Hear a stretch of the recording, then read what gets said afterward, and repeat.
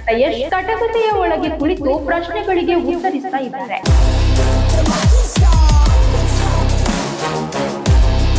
Rocking star Yash ಅಭಿನಯದ ಬಹು ನಿರೀಕ್ಷಿತ ಹಾಗೂ ಅತ್ಯಂತ ಕುತೂಹಲ ಮೂಡಿಸಿರುವ ಟಾಕ್ಸಿಕ್ ಸಿನಿಮಾ ಇದೇ ಬರುವ ಆಗಸ್ಟ್ 26ರಂದು ವಿಶ್ವದಾದ್ಯಂತ ಅದ್ದೂರಿಯಾಗಿ ಬಿಡುಗಡೆಯಾಗಲು ಸಜ್ಜಾಗಿದೆ.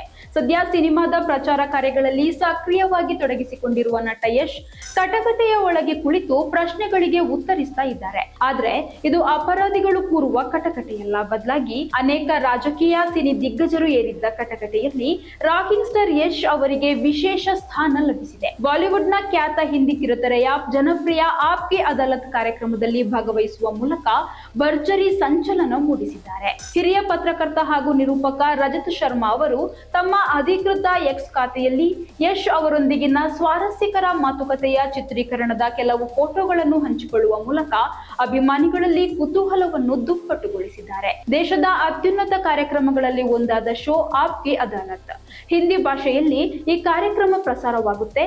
ಖ್ಯಾತ ಪತ್ರಕರ್ತ ರಜತ್ ಶರ್ಮಾ ಅವರು ಈ ಕಾರ್ಯಕ್ರಮವನ್ನು ನಡೆಸಿಕೊಡುತ್ತಾರೆ.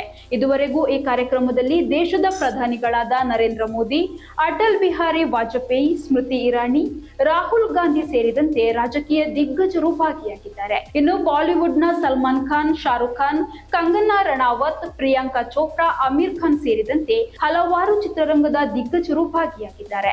ಇದೇ ಮೊದಲ ಬಾರಿಗೆ ಕನ್ನಡಿಗ ಓರ್ವರು ಈ ಶೋನಲ್ಲಿ ಭಾಗಿಯಾಗಿದ್ದಾರೆ. ಅದು ನಮ್ಮ ಹೆಮ್ಮೆಯ ರಾಕಿಂಗ್ ಸ್ಟಾರ್ ಯಶ್.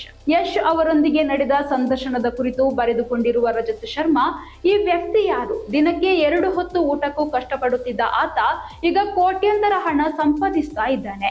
ಆರೋಪಿಗಳ ಸ್ಥಾನದಲ್ಲಿ ಕುಳಿತಿರುವವನು ಯಾರು? ಆತ ಪರದೆಯ ಮೇಲೆ ಬರುವುದಿಲ್ಲ, ಬದಲಿಗೆ ಪರದೆಯನ್ನೇ ಹರಿದು ಹಾಕ್ತಾನೆ. ಯಾರೆಂದು ಗುರುತಿಸಿ ಹೇಳಿ, ಯಾರಿದು ಎಂದು ಬರೆದು ವಿಶೇಷ ಒಗಟಿನ ಮೂಲಕ ಯಶ್ ಸಾಧನೆಯ ಹಾದಿಯನ್ನು ಸ್ಮರಿಸಿದ್ದಾರೆ.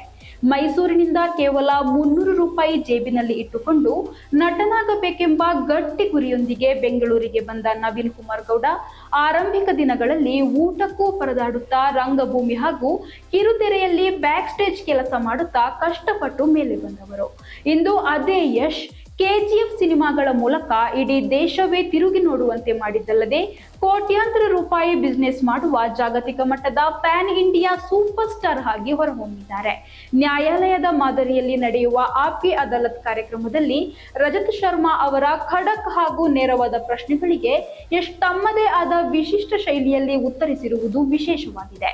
ಹಿಂದಿ ಪ್ರೇಕ್ಷಕರ ಬಳಿಗೆ ನೇರವಾಗಿ ತಲುಪಲು ನಟ ಯಶ್ ಕೈಗೊಂಡಿರುವ ಈ ಪ್ರಚಾರ ತಂತ್ರವು ಅಭಿಮಾನಿಗಳಲ್ಲಿ ಹರ್ಷ ತಂದಿದ್ದು, ಶೀಘ್ರದಲ್ಲೇ ಪ್ರಸಾರವಾಗಲಿರುವ ಈ ಸಂಪೂರ್ಣ ಸಂಚಿಕೆಯನ್ನು ಕಣ್ತುಂಬಿಕೊಳ್ಳಲು ಸಿನಿ ರಸಿಕರು ಕಾತರದಿಂದ ಕಾಯ್ತಾ ಇದ್ದಾರೆ.